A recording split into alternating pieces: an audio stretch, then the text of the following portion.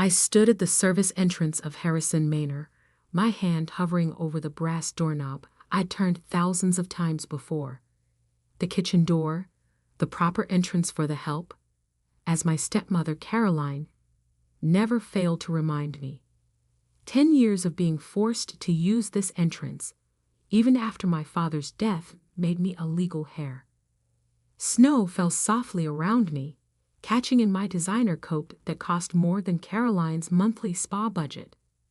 Not that she'd recognize it. The label was too exclusive for her nouveau rich tastes. My phone buzzed. A text from Mr. Peters, my real estate attorney. "Papers ready. Waiting for your signal." I smiled, tucking the phone back into my purse. Inside, I could hear the familiar sounds of the annual Harrison Christmas dinner. Crystal clinking, forced laughter, the constant competition of who had acquired what, who had traveled where. Miss Alexandra? Maria, our old housekeeper, opened the door. Her eyes brightened seeing me, then filled with concern. "Oh, honey, you shouldn't be using this entrance anymore." "You're the help?" I finished with a wink. "Just playing my part one last time, Maria. Trust me." She hugged me quickly, whispering, "They're awful today. Miss Caroline has been bragging about renovating your mother's rose garden into a tennis court." My mother's roses? The last piece of her left in this house, besides me. Of course, Caroline would choose today to announce their destruction. The kitchen was warm and fragrant with real cooking. Maria's domain, not the catered nonsense Caroline served in the dining room. Other household staff moved about, preparing dishes while shooting me sympathetic glances.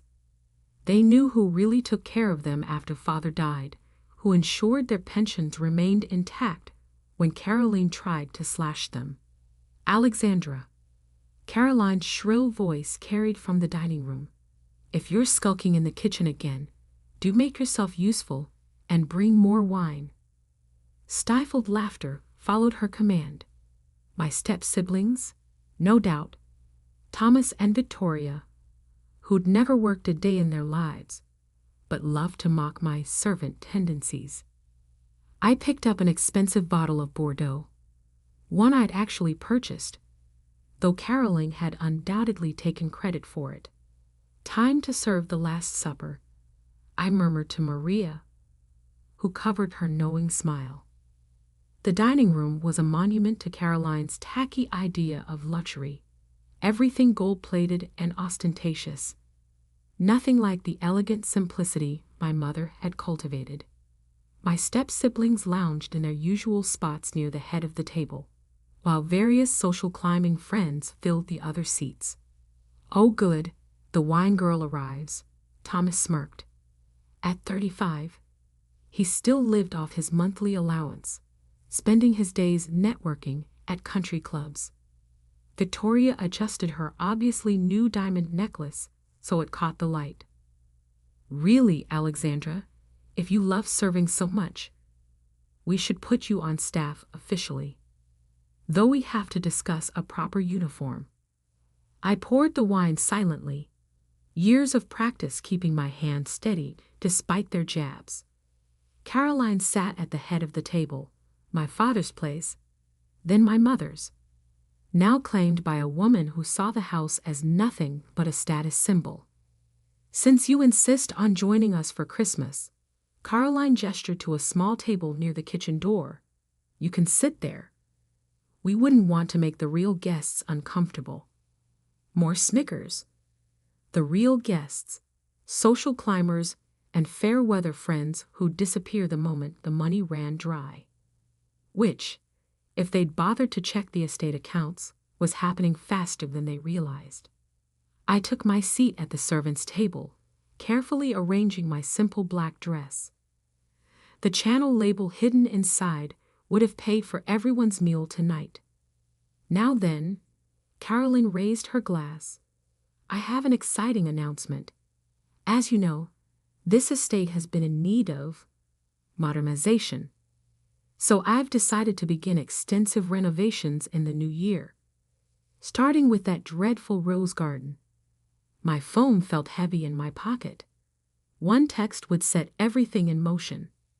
The tennis court will be regulation size, she continued, and the pool house will be converted into a spa retreat.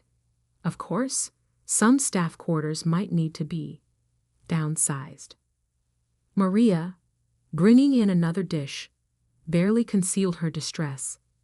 Those quarters were her home for 30 years. Oh, and Alexandra. Caroline turned her cold smile to me.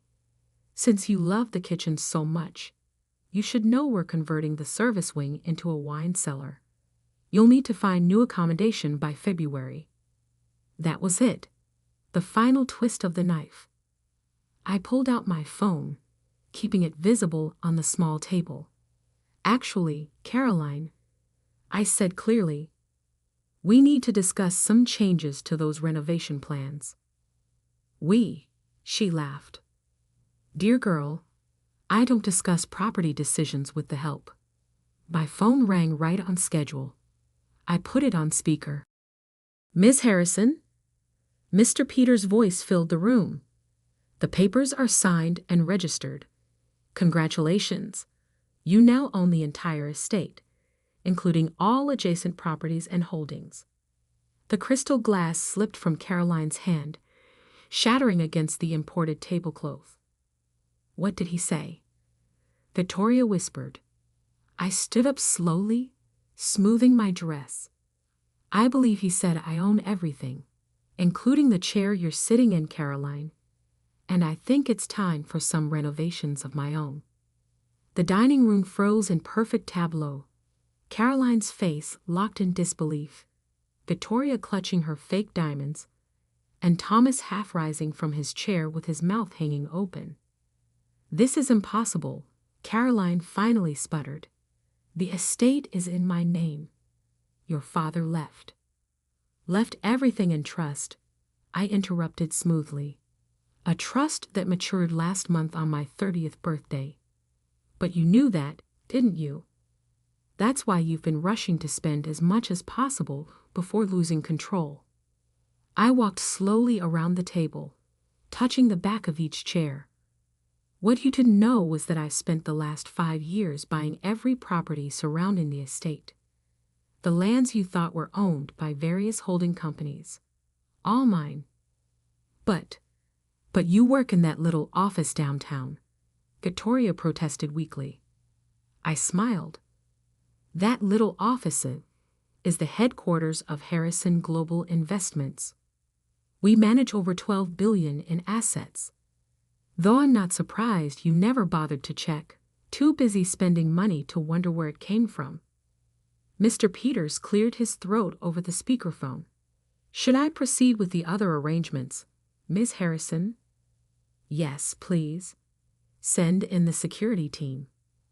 On cue, professionally dressed security personnel entered the dining room. Maria appeared in the doorway, beaming as she watched the scene unfold. This is outrageous. Caroline stood up, her chair scraping against the hardwood floor. I'll call the police. About what? I asked calmly. Your illegal accessing of trust funds.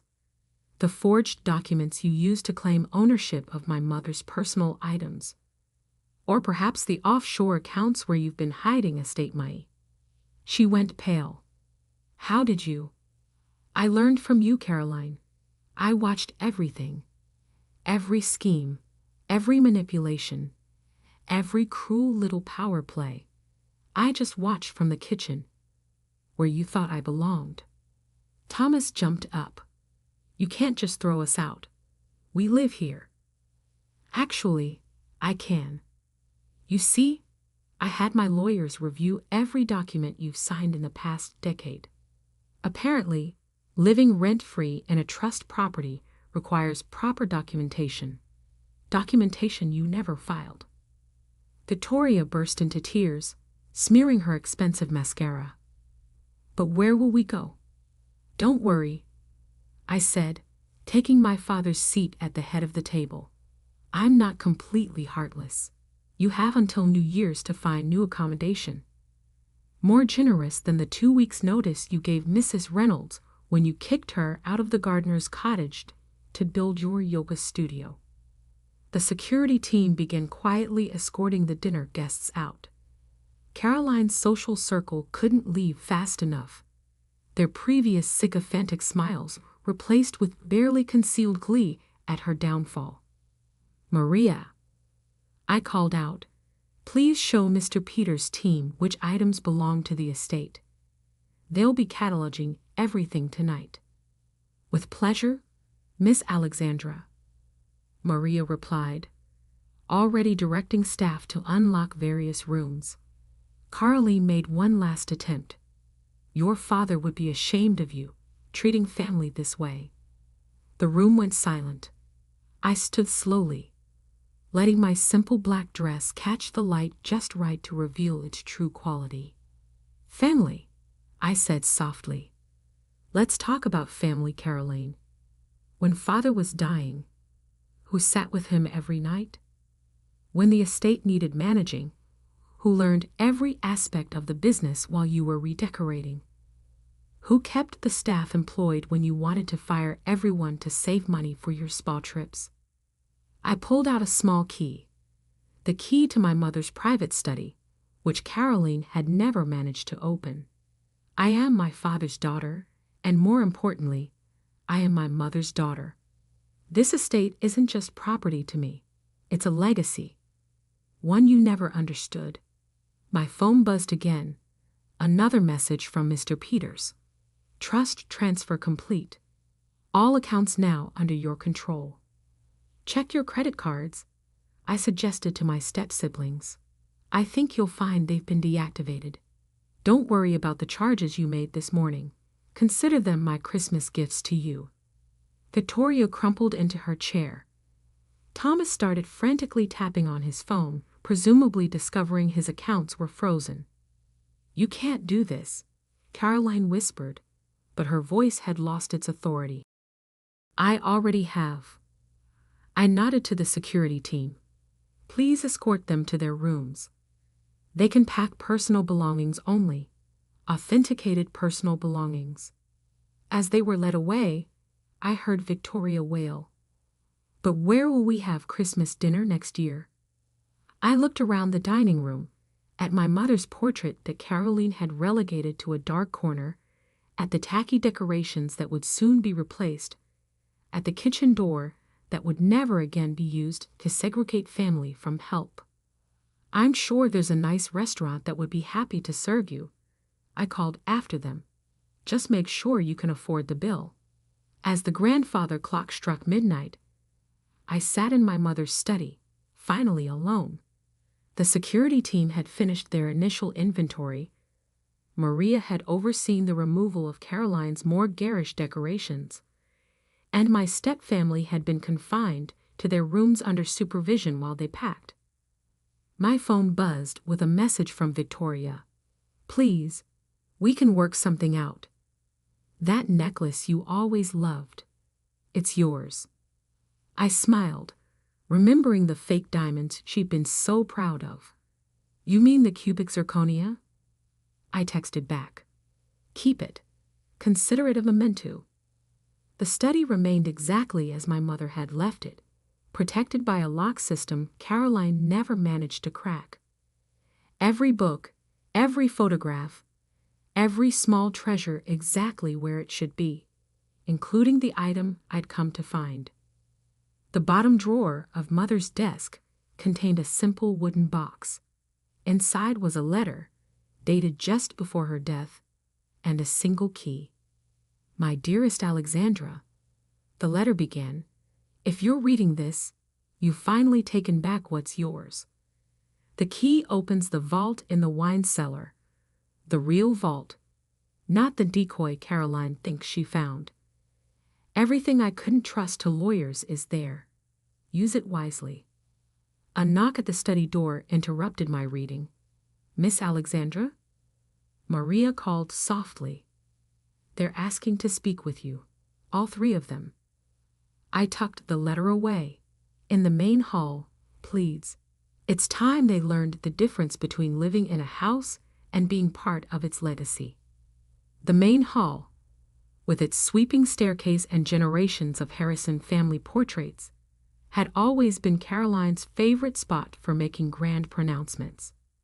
Now she stood there like a deflated version of herself, designer outfit wrinkled, makeup smeared.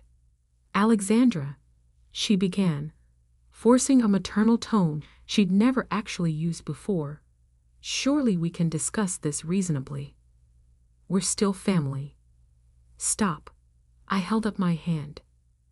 "You lost the right to that word the day you made me eat Christmas dinner in the kitchen after my father's funeral.